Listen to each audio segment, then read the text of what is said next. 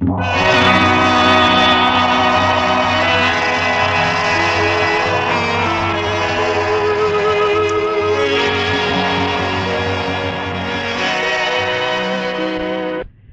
ഒരു സമ്മേളനം നടക്കുകയാണ്, മഹാസമ്മേളനം, ഒരു കൺവെൻഷൻ.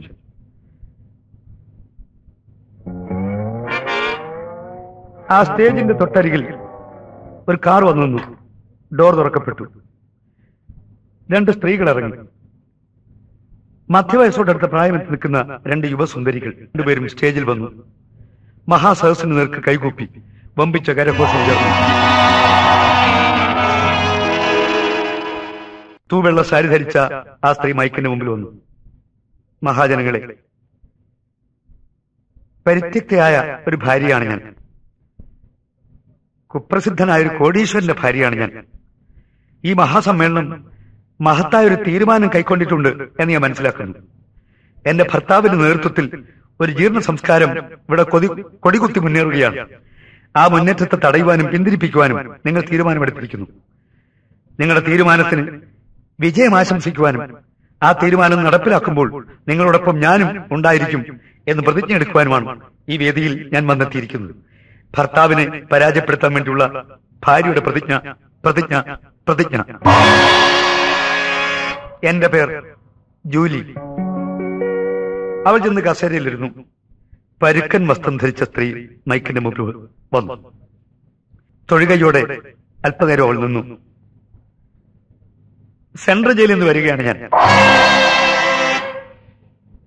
8 വർഷത്തെ കഠിന തടവും കഴിഞ്ഞ് വരികയാണ്. കൊലപ്പുള്ളിയായിരുന്നു. ഒരു അഭിനവ ദുഷന്തന്റെ മധുര വാഗ്ദാനങ്ങളിൽ മതിമയങ്ങിപ്പോയ പാവപ്പെട്ട ഒരു നാടൻ ശകുന്തള. ഈ ഇരിക്കുന്ന ജൂലിയുടെ ഭർത്താവിന്റെ ഇഷ്ടകാമുകിയും പ്രതിശുദ്ധ വധുവുമായിരുന്നു ഒരിക്കൽ. അതുകൊണ്ട് തന്നെ ഒരാളിനെ കുത്തി കൊലപ്പെടുത്തേണ്ടി വന്നു. അതിന്റെ ശിക്ഷയും കഴിഞ്ഞ് വന്നിരിക്കുകയാണ്. ഞാനിവിടെ വന്നത് ജൂലി പ്രഖ്യാപിച്ച പ്രതിജ്ഞ ആവർത്തിക്കുവാനാണ്.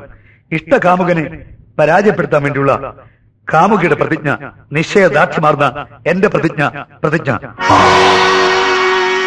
എന്റെ പേർ മഞ്ജു. അധ്യക്ഷൻ പറഞ്ഞു, ഈ സഹോദരിമാർ 2 പേരും എന്തിനു വന്നെന്നും ഇവരാരാണെന്നും പറഞ്ഞു കഴിഞ്ഞു. ഇവരുടെ കഥ പറയുവാനാണ് ശ്രീ സാംബശിവനെ ഇവിടെ നമ്മൾ ക്ഷണിച്ചു വരുത്തിയിരിക്കുന്നത്. സഹൃദയ സുഹൃത്തുക്കളെ, അധ്യക്ഷൻ ഇവിടെ പറഞ്ഞ പോലെ ജൂലിയുടെയും മഞ്ജുവിന്റെയും കഥ പറയുവാനാണ് ഞാൻ നിയോഗിക്കപ്പെട്ടിരിക്കുന്നത്. ഇവരുടെ കഥ നമ്മുടെ നാട്ടിന്റെ കഥയാണ്, നമ്മുടെ കഥയാണ്. അതുകൊണ്ടാണ് ഇവർ നമ്മളോടൊപ്പം വന്നെത്തിയിരിക്കുന്നത്. ഇവർ വന്നെത്തിയിരിക്കുന്ന ഒരു പുതിയ പാണ്ഡവ പടകുടീരത്തിലാണ്. കാരണം ഇവിടെ ഒരു പുതിയ കുരുക്ഷേത്ര യുദ്ധത്തിന് തുടക്കം കുറിച്ചു കഴിഞ്ഞിരിക്കുന്നു.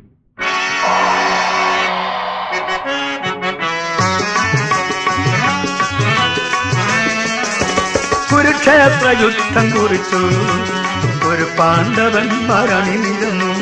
കുരുക്ഷേത്ര യുദ്ധം കുറിച്ചു ഒരു പാണ്ഡവൻ മരണിനിരുന്നു. അഭിനവ ഭഗവത്ഗീത പാടി ആവേശഭരിത സജ്ജനങ്ങൾ. അഭിനവ ഭഗവത്ഗീത പാടി ആവേശഭരിത സജ്ജനങ്ങൾ.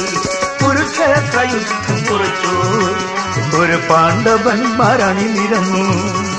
ഈ പുതിയ കുരുക്ഷേത്ര യുദ്ധത്തെ, ഈ യുദ്ധത്തിന് കാരണക്കാരൻ ജൂലിയുടെ ഭർത്താവ് കുപ്രസിദ്ധനായ കോടീശ്വരനാണ്, അർത്ഥനാഥൻ. അതുകൊണ്ടാണ് ഈ കഥയ്ക്ക് അങ്ങനെ പേരിട്ടിരിക്കുന്നത്. അർത്ഥം. അർത്ഥം. കൊല്ലം പട്ടണത്തിന്റെ വടക്കുവശത്ത് വിശാലമായ മനോഹരമായ അഷ്ടമുടിക്കായൽ കാണാം.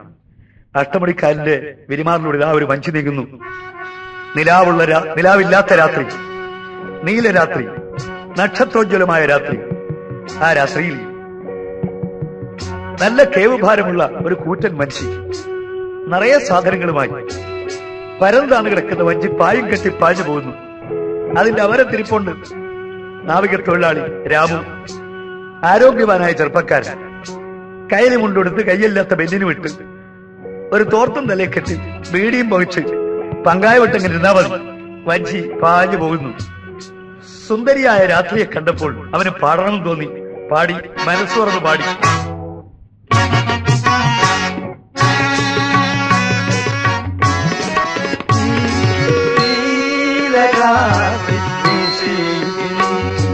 നീ എത്ര സുന്ദരി, നിനക്കാ നിനക്കായിരം മിഴികൾ നീലരാത്രി നിശീഥിനി. എതിരെ ഒരു വഞ്ചി വരുന്നു. അതിന്റെ അമരക്കാരൻ വിളിച്ചു ചോദിച്ചു, അത് ആരുടെ? രാമോ? നീ എന്താ ഇരുട്ടിപ്പോയത്? മണി 12 കഴിഞ്ഞല്ലോ. അവസരം കേട്ടല്ലോ, ഞാനിപ്പോഴാ ചാമ്പ്രാണിക്കോടിക്കുന്ന അഴിച്ചു വിട്ടത്. കച്ചാങ്കാരനാവുന്നവരെ അവിടെ കാത്തു കിടന്നു. പോട്ടെ. ദൂരെ ചക്രവാള ചരിവിൽ ഒരു വെള്ളി നക്ഷത്രം വെട്ടിത്തിളങ്ങുന്നു. അതിന്റെ തൂവെള്ളി രശ്മികൾ കായലോളങ്ങളിൽ അലിഞ്ഞലിഞ്ഞു ചേരുന്നു. നിന്റെ കണ്ടീലികൾ കുരുങ്ങി നിൽപ്പൂ നീലക്കായലോളങ്ങളിൽ. നിൻ കൺമുനതൻ തൂമില്ലല്ലോ മണ്ണിൽ മധുര സ്വപ്നങ്ങൾ. നീലരാത്രി നിശീഥിനി. അഷ്ടമുടി കായലിൽ കല്ലടയാറ് വന്ന് വീഴുന്നിടത്ത് ധാരാളം കൊച്ചു കൊച്ചു തുരുത്തുകളുണ്ട്, കണ്ടൽ കാടുകൾ. രാമു വള്ളം കൊണ്ടിരുന്നൊരു കാട്ടിൽ കയറ്റി ആ പാതറുത്ത് വയ്ക്കാൻ വേണ്ടിയാണ്. രാമു പാ ചുരുട്ടി വള്ളത്തിൽ വെച്ചു. ഇനി 1/2 മണിക്കൂറോളം വള്ളം ഒന്നെങ്കിൽ മാത്രമേ നദിയിലൂടെ മുകളിലേക്ക് കയറി വീട്ടിന്റെ തെക്കുവശത്ത് വള്ളം കൊണ്ട് കെട്ടാൻ പറ്റൂ. അയാൾ കട കയ്യിലെടുത്തു. കായലിൻ മാറി മുഖം മറയ്ക്കാൻ കല്ലടയാറിനു മോഹം. നദീതൻ നിതമ്പ ഭൂമി നിരതൻ കൈകൾ പോക്കും കായൽ. നീലരാത്രി നിശീഥിനി. നീ എത്ര സുന്ദരി നിനക്കായിരം മിഴികൾ നീലരാത്രി നിശീഥിനി.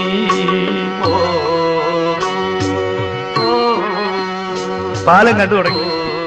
നദിക്ക് കുറുകെ ഒരു കൂറ്റൻ പാലമുണ്ട്, റെയിൽവേ പാലം. പാലത്തിന്റെ അല്പം പടിഞ്ഞാറെത്തിയപ്പോ വണ്ടി വരുന്ന ശബ്ദം കേൾക്കാം.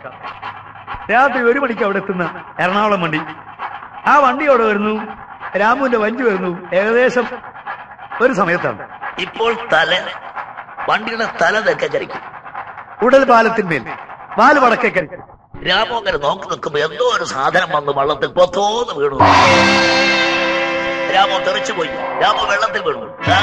കൈകാലിട്ട് അടിക്കുന്നു, നീന്തി തുടിക്കുന്നു. വള്ളം അങ്ങ് പടിഞ്ഞാറ് പോയി. നല്ല ഒഴുക്ക്. അയാൾ നീന്തി തുടിച്ചു ചെന്ന് വള്ളത്തിന്റെ വായ്ക്കോലിൽ പിടിച്ചു. അകത്ത് വീണു. അയാൾക്ക് മനസ്സിലായി ട്രെയിൻ ആരോ എന്തോ വലിച്ചെറിഞ്ഞതാണ്. അണിയത്ത വീണു. ചാക്കിന്റെ പുറത്തോടെ അയാൾ ഓടിച്ചെന്നു. ഇതാ കിടക്കുന്നു ആ വളവ് ചാക്കിന്റെ പുറത്തൊരു നീല ഭാണ്ഡം. കള്ളനോട്ട് കെട്ടാണോ? കള്ളനോട്ട് കെട്ടായിരിക്കും. ശരിയായ അർത്ഥഭാണ്ഡം. രക്ഷപ്പെട്ടോ? നീ വള്ളമൊന്നാ നടക്കണ്ടായോ? പെട്ടെന്ന് തീക്കൊള്ളി വരച്ചു. അത് കെട്ടുപോയി. വീണ്ടും ഒന്നോടെ വരച്ചു. അത് കെട്ടുപോയി. വണ്ടി ഇളക്കിവിട്ട കാറ്റ്. പക്ഷെ അയാൾക്ക് മനസ്സിലായി അത് നീലഭാണ്ഡമല്ല. നീല സാരി ധരിച്ചൊരു സ്ത്രീരൂപം.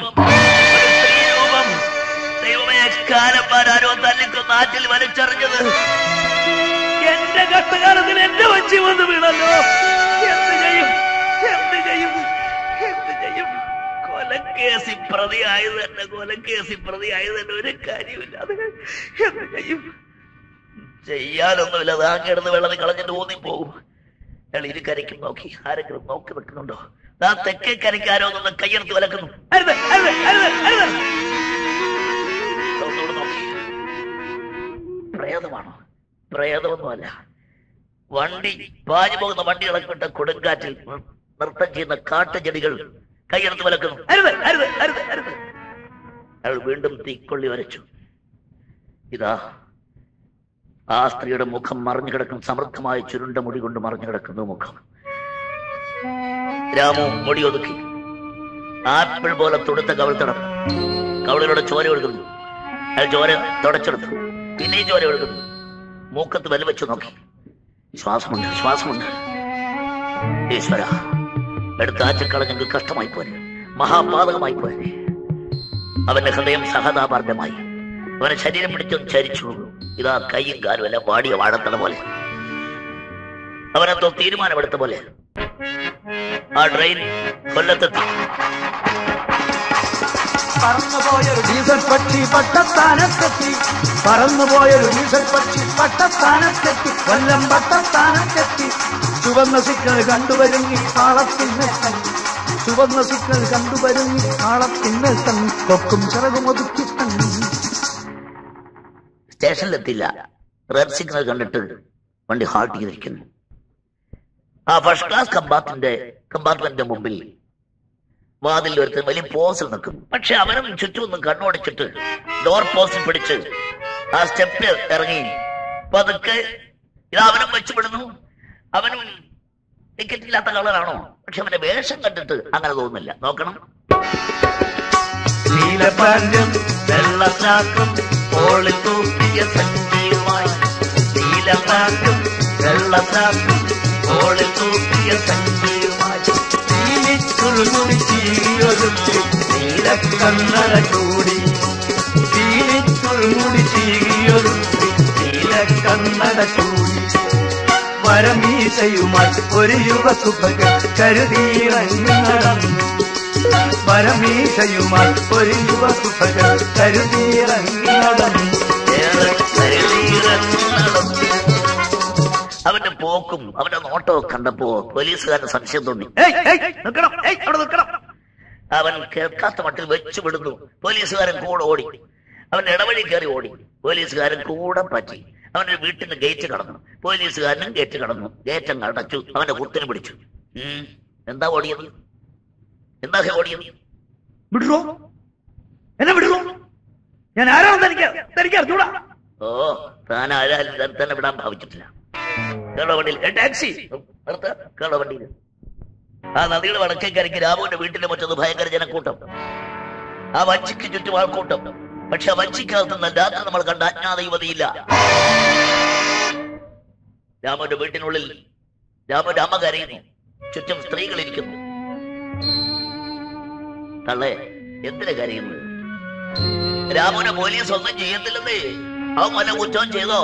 ആരോ കാലന്മാരോ അതിനെ തല്ലിക്കൊന്ന് ആറ്റിൽ വലിച്ചെറിഞ്ഞു. അവന്റെ കട്ടുകാലത്തിന് അവന്റെ വെള്ളം തോന്നുകയാണ്. അവൻ വല്ലതും ചെയ്തു. അവനെ രക്ഷിച്ചല്ലേ? എടാ, രക്ഷിച്ചവനെ ശിക്ഷിക്കൂ. അത് എവിടുത്തെ ന്യായമാ? എങ്കിലും അതൊന്നും അറിയണമല്ലോ. നിങ്ങൾ സമാധാനമായിട്ട് ഇരിക്കുന്നതല്ലേ. അടുത്ത ദിവസം രാവിലെ രാമുവിനെ ജാമ്യാപേക്ഷയ്ക്ക് കൊണ്ടുപോകുന്നു. കയ്യിൽ വിലം കിട്ട്. പോലീസ് വാനിൽ കോടതി വളപ്പിൽ വമ്പിച്ച ജനക്കൂട്ടം. ഞാനെങ്ങനെ കൈവിലം കണിഞ്ഞ് നാട്ടുകാരുടെ മുമ്പിച്ച് നിറങ്ങും. വിശ്വാസം രാമോ, വിശ്വാസം രാമോ എന്നാണ് ആളുകൾ എന്നെ വിളിക്കുന്നത്. ഞാൻ വഞ്ചി കൊണ്ടുപോകുന്ന സാധനങ്ങൾ കടവിൽ ഇറക്കിക്കഴിഞ്ഞാൽ എന്റെ വഞ്ചി കാലിയായിട്ട് പോകാൻ ആളുകൾ സമ്മതിക്കില്ല. നാട്ടുകാരുടെ കൈ നിറയല്ലേ പണം കൊണ്ട് തരുന്നത്. അവർക്ക് സാധനങ്ങൾ കൊണ്ട് കൊടുക്കണം. ആരും ഒരു പൈസക്ക് എന്നോട് കണക്ക് ചോദിച്ചിട്ടില്ല. വിശ്വാസം രാമോ. ഞാൻ യൂണിയൻ പ്രവർത്തകനാണ്. അങ്ങനെയുള്ള ഞാനിതാ ഒരു പെണ്ണ് കേസിൽ പ്രതിയായി കൈവിലം കഴിഞ്ഞ് ഇവിടെ മുമ്പിൽ ഇറങ്ങുന്നു. കോടതിയിൽ വക്കീൽ വാദിക്കുന്നു. ഒരു പത്രം ഉയർത്തിപ്പിടിച്ചാണ് അദ്ദേഹം വാദിക്കുന്നത്. യുവർ ഓണർ, ഈ സംഭവവുമായി ബന്ധപ്പെട്ട് 2 ചെറുപ്പക്കാരെ ഇന്നലെ കസ്റ്റഡിയിൽ എടുത്തിട്ടുണ്ട്, സംശയകരമായ സാഹചര്യത്തിൽ. അതുകൊണ്ട് രാമുവിന് ജാമ്യം അനുവദിക്കേണ്ടതാണ്. നിഷ്പ്രയാസം രാമുവിന് ജാമ്യം കിട്ടി. രാമു MLA ആശുപത്രിയിൽ ഇതാ ആ അജ്ഞാത യുവതിയെ ക്ലാസ്സിലിട്ട് കിടത്തിയിരിക്കുന്നു. ട്രിപ്പ് കൊടുത്ത് കിടത്തിയിരിക്കുന്നു. നമുക്ക് ബോധം തെളിഞ്ഞിട്ടില്ല. രാമു ആ കിടക്കക്കരികിൽ അവിടെ ഉച്ച നോക്കി നിൽക്കുന്നു. ജീവൻ തുടിക്കുന്ന പോച്ചിറകേലാത്ത പാവം തുണയറ്റ കുഞ്ഞു പക്ഷി. അന്ന് വൈകിട്ട് നീലപ്പാന്റിനെയും ചോട്ട നേതാവിനെയും റിലീസ് ചെയ്തു. ആരും ഇറക്കിക്കൊണ്ട് പോകുന്നതല്ല, മുകളിൽ നിന്ന് കൽപ്പന വന്നു. മുകളിൽ നിന്ന് വെച്ചാൽ വളരെ മുകളിൽ നിന്ന് കൽപ്പന വന്നു. അപ്പോഴാണ് പോലീസിന് മനസ്സിലായത് ഇവന്മാര് പെരുമാറ്റത്തിൽ കച്ചറകളാണെങ്കിലും വലിയ സ്വാധീനമുള്ളവന്മാരാണ്. അടുത്ത ദിവസം രാവിലെ മറ്റൊരു കൽപ്പന. ഇവരെ അറസ്റ്റ് ചെയ്ത പോലീസുകാരനെ ചോദ്യം ചെയ്ത് വിഷമിപ്പിച്ച CI, SI തുടങ്ങിയ ഉദ്യോഗസ്ഥന്മാരെയും അവിടുന്ന് സ്ഥലം മാറ്റിയിരിക്കുന്നു. എടാ നീലപ്പാന്റെ, എടാ ചോട്ടാ നേതാവ്, ഇവർ നിസ്സാരന്മാരല്ല. ഇവർ ഒരു സമ്മേളനം കഴിഞ്ഞ് വരികയായിരുന്നു. ഉത്തരേന്ത്യയിൽ ഒരു ദേശീയ സമ്മേളനം കഴിഞ്ഞ് ട്രെയിനിൽ തിരിച്ചു വരികയായിരുന്നു.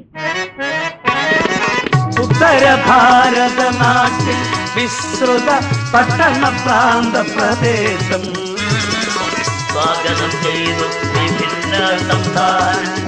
ദേശീയ സാംസ്കാരിക ഐക്യം.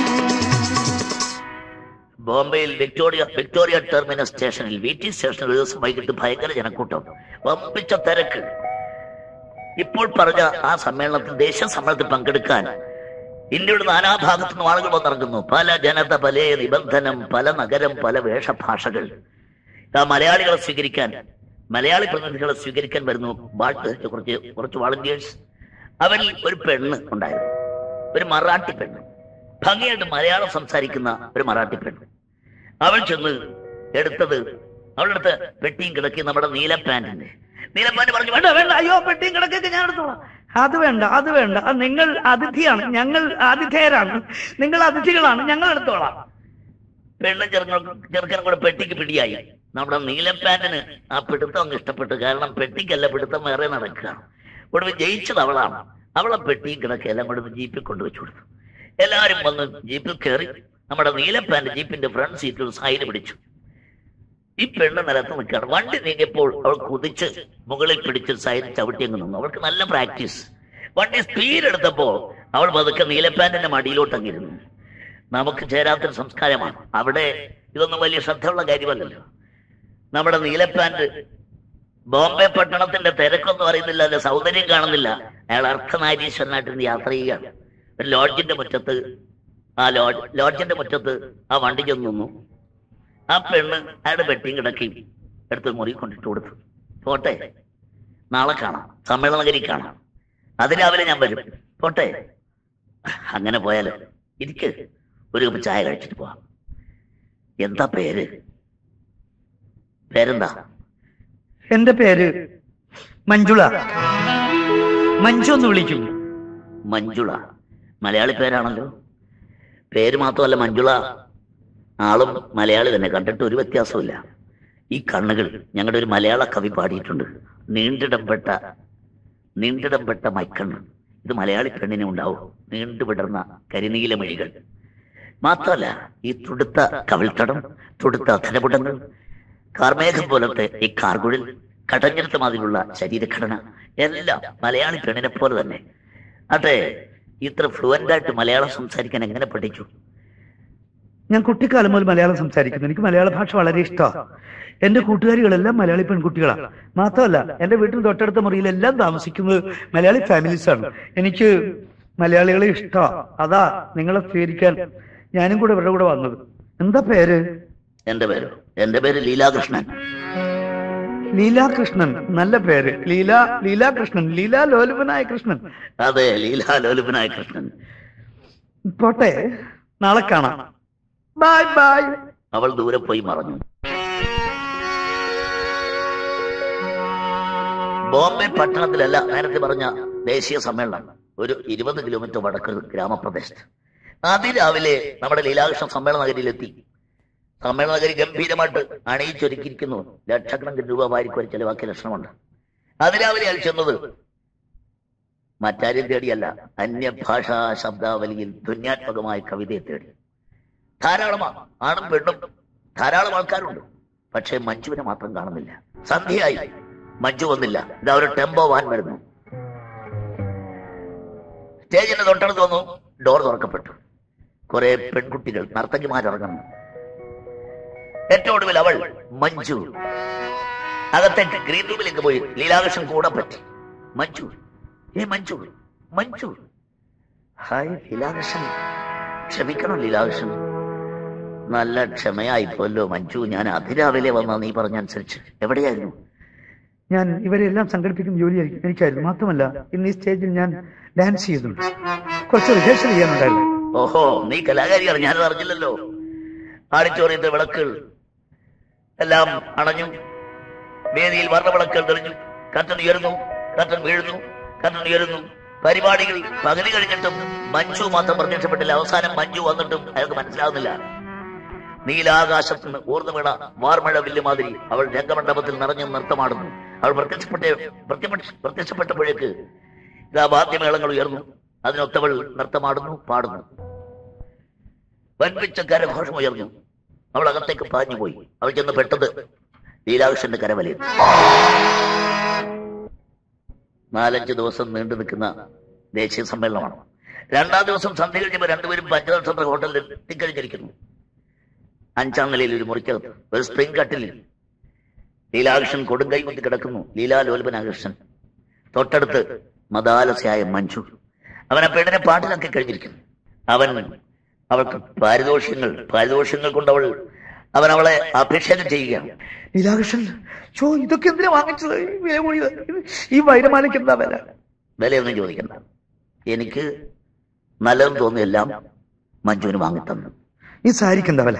അത് 3500. എനിക്ക് കഴിയത്തില്ല. എന്തിനാ ഇതൊക്കെ വാങ്ങിച്ചത്? ഇതൊക്കെ വാങ്ങിക്കത്തൊക്കെ ഇതിനു വേണ്ടി നിങ്ങൾക്ക് ഇത്രത്തോളം സാമ്പത്തിക ശേഷി? നിങ്ങൾ ബിസിനസ്സുകാരനാണോ? കോടീശ്വരനാണോ? ഞാൻ കോടീശ്വരനൊന്നും അല്ല. പക്ഷെ സ്വിസ് ബാങ്കിൽ എനിക്ക് അക്കൗണ്ട് ഉണ്ട്. എങ്ങനെ? അതൊന്നും നീ അറിയണ്ട. ഞാൻ ചോദിച്ചതിന് മറുപടി പറയൂ. നീ എൻ്റെ കൂടെ വരുമോ? നീ കേരളത്തിലേക്ക് വരുമോ? നീ എന്നും എന്റേതായിരിക്കുമോ? പറയൂ മഞ്ജു, പറയൂ മഞ്ജു, എന്നും എന്റേതായിരിക്കുമോ? ആയിരിക്കും. സത്യം ചെയ്യും. സത്യം. കൈയടിച്ച് സത്യം ചെയ്യും. സത്യം. എങ്കിൽ പറയാം.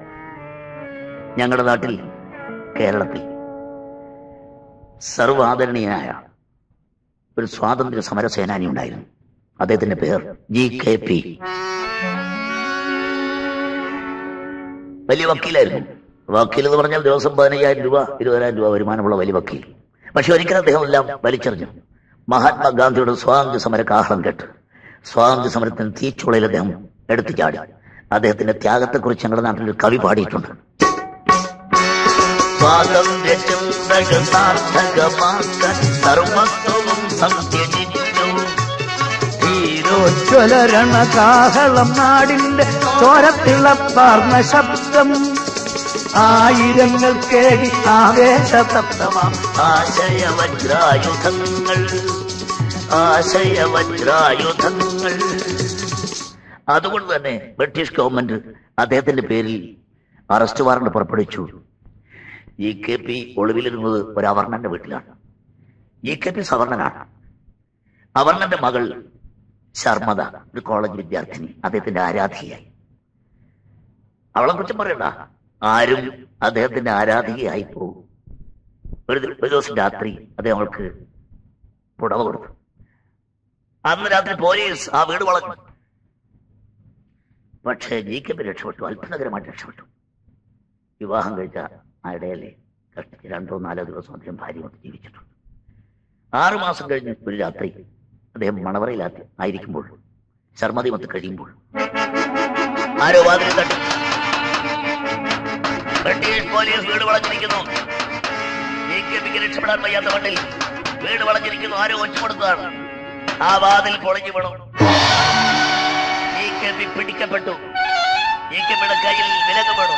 ശർമ്മത പൊട്ടിക്കരഞ്ഞു, വാവിട്ട് കരഞ്ഞു. GKP കൊണ്ടുപോകുന്നു, തോക്ക് ചൂണ്ടി കൊണ്ടുപോകുന്നു. അദ്ദേഹത്തെ കൊടിയത് വണ്ടിയിൽ കയറ്റുന്നു. എണ്ണി വണ്ടി ഇരമ്പി പാഞ്ഞു പോയി. ശർമ്മത ബോധം കെട്ട് വീണു. ശർമ്മത ഗർഭിണിയായിരുന്നു. 4 വർഷത്തെ ജയിൽ ജീവിതവും കഴിഞ്ഞാണ് GKP മടങ്ങി വരുന്നത്. അദ്ദേഹം മടങ്ങിയെത്തിയപ്പോൾ വീട്ടുമുറ്റത്ത് 3.5 വയസ്സുള്ള ഒരു മണിക്കുട്ടൻ ഓടി നടന്ന് കളിക്കുന്നു. മഞ്ജു, ആ മണിക്കുട്ടനാണ് ഈ ലീലാകൃഷ്ണൻ. ആണോ? ലീലാകൃഷ്ണനോ? അതെ, അതാണ് എന്റെ പാരമ്പര്യം.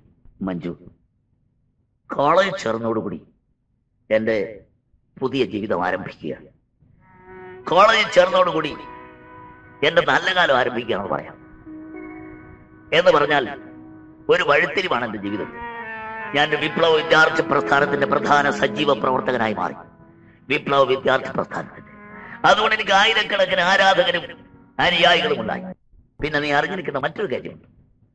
ഞാൻ ആ വിപ്ലവ വിദ്യാർത്ഥി പ്രസ്ഥാനമായിട്ട് വിട പറഞ്ഞു. അതെന്തിന്? അത് കഷ്ടമായി പോയി. അത് വേണ്ടായിരുന്നു. അതെനിക്ക് വേണ്ടി വന്നു. ഞാൻ ആ പ്രസ്ഥാനമായിട്ട് സലാം പറഞ്ഞു.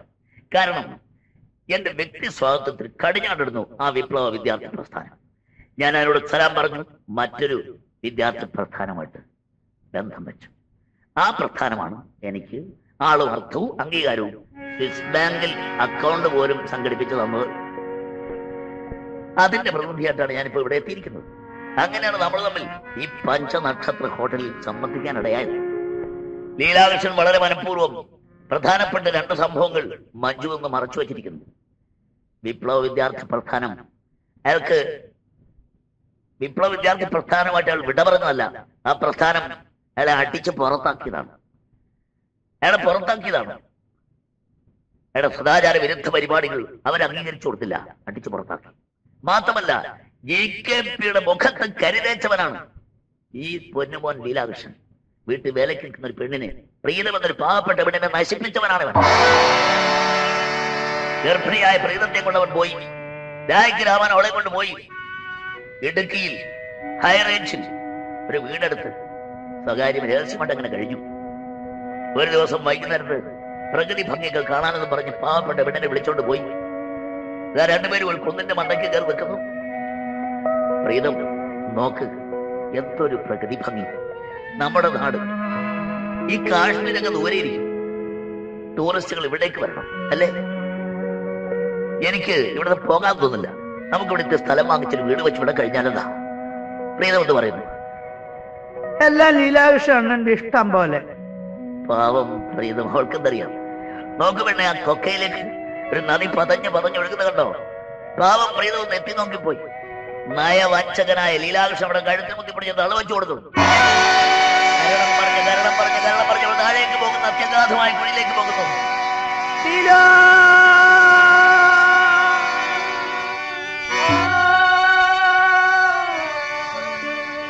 അവളുടെ അലയടിച്ച് പ്രതിധ്വനിച്ച് ആ മലകളിൽ തട്ടി കുറേയേറെ നേരം നിന്നു. പക്ഷെ അവളെ പിന്നെ ആരും കണ്ടില്ല, അവളുടെ പൊടി പോലും കണ്ടില്ല. നയവഞ്ചകനായ ലീലാകൃഷ്ണൻ അവളെ നശിപ്പിക്കാനാണ്, അവസാനിപ്പിക്കാനാണ് അവിടെ കൊണ്ടുവന്നത്. ലീലാകൃഷ്ണന്റെ കാർ ചെന്ന് നിന്നത് ഒരു കൂറ്റൻ ബംഗ്ലാവിന്റെ പോർട്ടിക്കോയിൽ. ആ നാട്ടിലെ ഒരു വലിയ തോട്ടമുടമയുടെ ബംഗ്ലാവിന്റെ പോർട്ടിക്കോയിൽ അതിന്റെ പൂമുഖവാതിൽ തുറക്കപ്പെട്ടു. അതിസുന്ദരിയായ ഒരു പെണ്ണിറങ്ങി വന്നു. നറുപുഞ്ചിരിയോടെ വന്നവൾ അയാളുടെ കരം ഗ്രഹിച്ച് അകത്തേക്ക് കൊണ്ടുപോയി. അവളാണ് ജൂലി, ആ തോട്ടമുടമയുടെ മകൾ ജൂലി. സംഭവം നടക്കുന്നത് 1957 കാലഘട്ടം. 1957 ലോകമൊട്ടാകെ കേരളത്തിലേക്ക് ഉറ്റുനോക്കി. ലോകത്താദ്യമായി ബാലറ്റ് പേപ്പറിലൂടെ കമ്മ്യൂണിസ്റ്റ് പ്രസ്ഥാനം കേരളത്തിൽ അധികാരത്തിൽ വന്നു. ആ കേരള ഗവൺമെന്റിനെ ഗളഹസ്തം ചെയ്യാൻ, ഡിസ്മിസ് ചെയ്യാൻ വേണ്ടിയുള്ള ഒരു രാഷ്ട്രീയ ലഹള നടന്നു. അതിന്റെ മുൻപന്തിയിൽ ലീലാകൃഷ്ണൻ ഉണ്ടായിരുന്നു.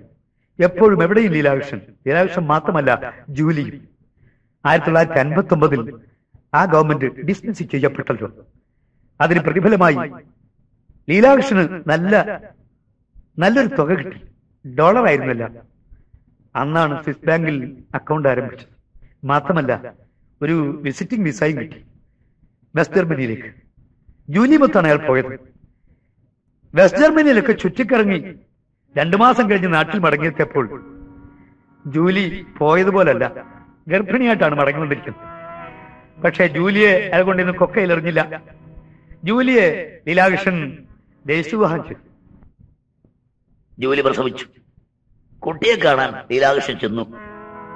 പിന്നെ ആ കുട്ടിക്ക് 3 വയസ്സായിട്ടും ലീലാകൃഷ്ണൻ ജൂലിയെ കാണാൻ ചെന്നില്ല, കുട്ടിയെ കാണാനും ചെന്നില്ല. മഞ്ജുവിനെ അയാൾ സമ്മേളന സ്ഥലത്തേക്ക് അയച്ചു. കുറെ കഴിഞ്ഞിട്ടാണ് ലീലാകൃഷ്ണൻ ഡ്രസ് ചെയ്ത് ലിഫ്റ്റ് വഴി താഴേക്ക് വന്നത്. ലിഫ്റ്റ് 3ാമത് നിലയിലെത്തിയപ്പോൾ നിന്നു. വാതിൽ തുറക്കപ്പെട്ടു. 3ാമത് നിലയിൽ നിന്ന് ഒരാൾ ലിഫ്റ്റിനുള്ളിൽ കടന്നു വാതിലടഞ്ഞു. അതിസുന്ദരിയായ ഒരു സ്ത്രീ തന്റെ അടുത്ത് നിൽക്കുന്നു. സൗന്ദര്യമുള്ള പെണ്ണെന്ന് പറഞ്ഞാൽ ലീലാകൃഷ്ണന് ദൗർബല്യമാണ്. ലീലാകൃഷ്ണൻ അവളെ ഉറ്റുനോക്കി. ഇതാ നിൽക്കുന്ന ആരാണ് തൊട്ടടുത്ത് നിൽക്കുന്നത്? ജൂലി.